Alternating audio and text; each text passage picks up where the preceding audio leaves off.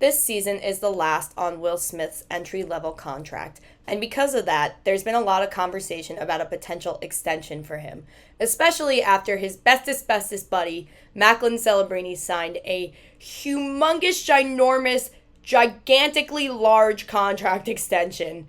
He also has another year left on his entry-level contract, so his 5-year contract extension that he just signed doesn't start until the 27-28 season, where I love saying this. He will become the highest paid player in the NHL with an annual salary of $18.8 million, worth every single penny of that. But after that contract was done, general manager Mike Grier basically said, yay, so glad that we got that done. But I also want to get a contract on Colin Graf, which since then, check. That's been done. Thank God. Love Colin Graf. What a special and unique player. Love him. So glad we got him on contract. And 3 years, annual salary of $4.25 million. Shouts to Mike Grier for that. What an absolute steal. Definitely worth more than that. So huge shouts to Mike Grier for that. But he also said he wants to get Will Smith on a contract. And again, he's on his last year of his entry-level contract, and he's definitely not someone we want walking into restricted free agency. So really glad to hear that those conversations are happening. And shout out to @Quadbox for suggesting I talk about Will Smith. We're at that point of the season or off season, where suggestions are really, really helpful. So really appreciate that. Will Smith is definitely a special player in his own right and worth talking about, especially as a contract looms overhead. But before I dive into it, I just want to remind you guys that we're still on Twitter and our handle's still @Sharks Digest, and we're still there to give you the latest news, trades, reports, and rumors about the San Jose Sharks. We can't always hop on a video, but we can always send out a tweet. Plus, it's just another avenue for us to talk to you guys, and you know we love doing that. So give us a follow @Sharks Digest on Twitter. Now, of course, when you talk about Will Smith, you very frequently talk about Macklin Celebrini, and that's totally reasonable. They do everything together. They go hand in hand. My last video was entirely about how beneficial they are to each other and what living with each other might do for their seasons next year, because obviously they already do everything together, but living together will just really amplify their connection and make them even better. They are so good together. They go so well together. They are absolute forces to be reckoned with together. But Will Smith is not a Macklin Celebrini merchant, okay? I just want to make that clear. He's a really great player in his own right, even without the Macklin Celebrini factor. So let's back up a little bit. Back to the 22-23 season when Macklin Celebrini and I were running around with the Chicago Steel. Will Smith was running around with the U.S. National Team Development Program's under-18 team. The season before, he was on the U17 team, but let's just talk about the 22-23 year, his draft year. He was so unbelievably good this year, and he had some pretty recognizable teammates on this team. Here he is with Ryan Leonard and Gabe Pro, who would later become his teammates on Boston College. But he also had guys like Zeev Buium and Gopher legend Oliver Moore and amazing goalie Trey Augustine. Really, really awesome national development team that year.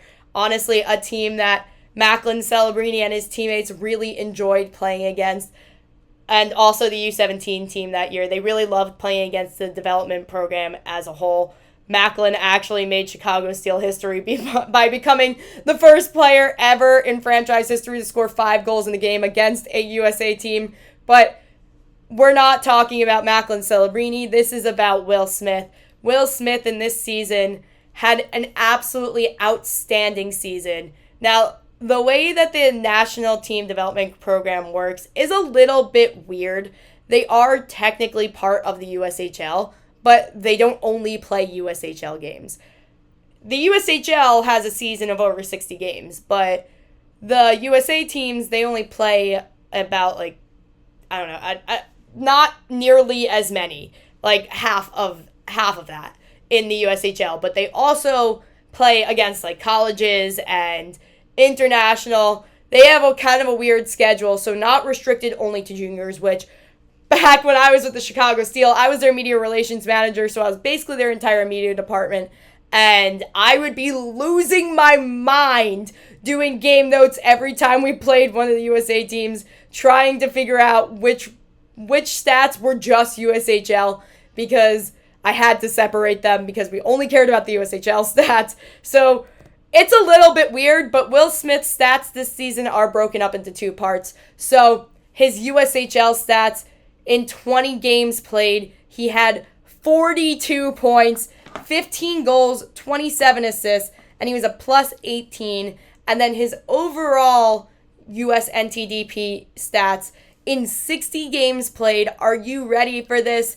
He had 127 points, 51 goals, 76 assists. He was a plus 71. He was so unbelievably good. Again, had some great teammates, but in his own right, really, really fantastic. And then he went to play World Juniors, and in that December-January time in their U18 team, with actually one of Macklin Celebrini Chicago Steel, two of Macklin Celebrini Chicago Steel teammates, Christian Manza and Jake Livanovich. But he went to go play for USA, where he won gold. Here he is with Ryan Leonard. In 7 games played in that tournament, he had, are you ready? 20 points! 20 points in 7 games. 9 goals, 11 assists. He was a plus 15. He won the Bob Johnson Award for excellence in international competition. Obviously, set the standard for USA in their international play that season. 20 points in 7 games played. So Will Smith had a hell of a season that year. So it's really, really, really not surprising that year in the NHL draft, the 2023 NHL draft, the San Jose Sharks said, we've seen enough, get him in a teal sweater, and drafted him 4th overall. Again, outstanding season by Will Smith here. And then after that, he went on to play for Boston College, where he was reunited with Ryan Leonard and Gabe Pro. And actually, here was also Cutter Gauthier in this picture. They went to the Frozen Four, but great team in Boston College that year. And Will Smith had a great season that year. In 41 games played for Boston College, he had 71 points, 25 goals, 46 assists. He was a plus 25. He showed why the Sharks decided to draft him 4th overall. And then he played in World Juniors U20 and had 9 points in 7 games, 4 goals, 5 assists, plus 4. And he also even represented USA in the World Championship that summer and had 5 games played.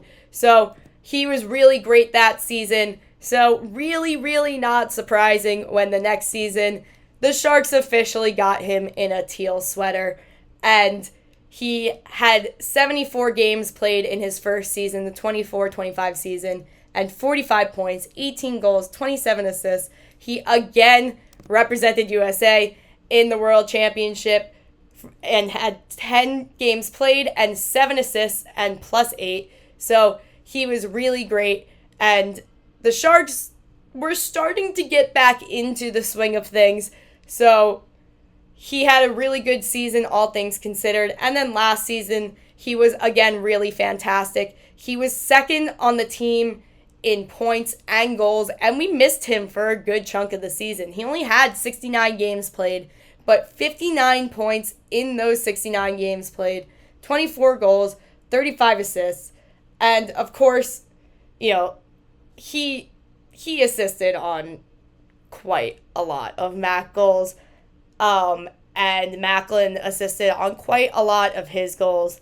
You know, again, it's hard to not talk about the two together. Macklin did assist on 18 of Will's 24 goals. And of his 35 assists, 17 of them were on Macklin Celebrini goals. But that's still 18 goals that he assisted on that weren't scored by Macklin. So, again, Will Smith in his own right is a really fantastic player. It wouldn't be surprising if he was worth an annual salary of anywhere between $10 to $13 million, especially after all of the contracts that have been signed in this offseason. And Mike Grier said that he wants to lock up Will long term.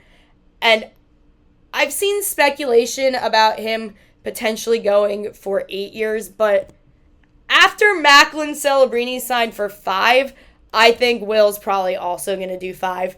And again, wouldn't be surprised if that annual average was anywhere between $10 and $13 million. But just backing up everywhere here, fantastic player in juniors, fantastic player in college, and so far has been a fantastic player on the Sharks, and he's only going to keep getting better. Again, Macklin Celebrini is definitely part of his success, and he's part of Macklin's, but he himself is an incredibly talented player. He is so good, and their line, these two together, are already so fun to watch, but they're going to be even more fun with more of Chernyshov in the mix next season. And of course, I can't not talk about Ivar Stenberg. He's going to be so fun with these guys. Unbelievable talent with this Sharks team. But locking in Will Smith before the season might not happen, but hopefully it happens before it gets to the point of him potentially entering restricted free agency, because we don't want him to get to that point. He will get offer sheeted. He is a very valuable player. And again, don't you want to keep Macklin happy to a certain extent? He's worth it to keep Macklin happy. But he is a fantastic player. We have so much talent coming up with this Sharks team. There's so much to be excited about. I'm excited. I know you guys are excited. Again, let me know if there's anything that you guys think I should talk about. Always looking for suggestions here, especially in the dog days of the summer, as we are just waiting for the season to start in over a month. But so much to be excited about. Really hope that Will Smith gets a contract soon. Let me know what you guys think about what you think this contract might look like. So excited. Go Sharks.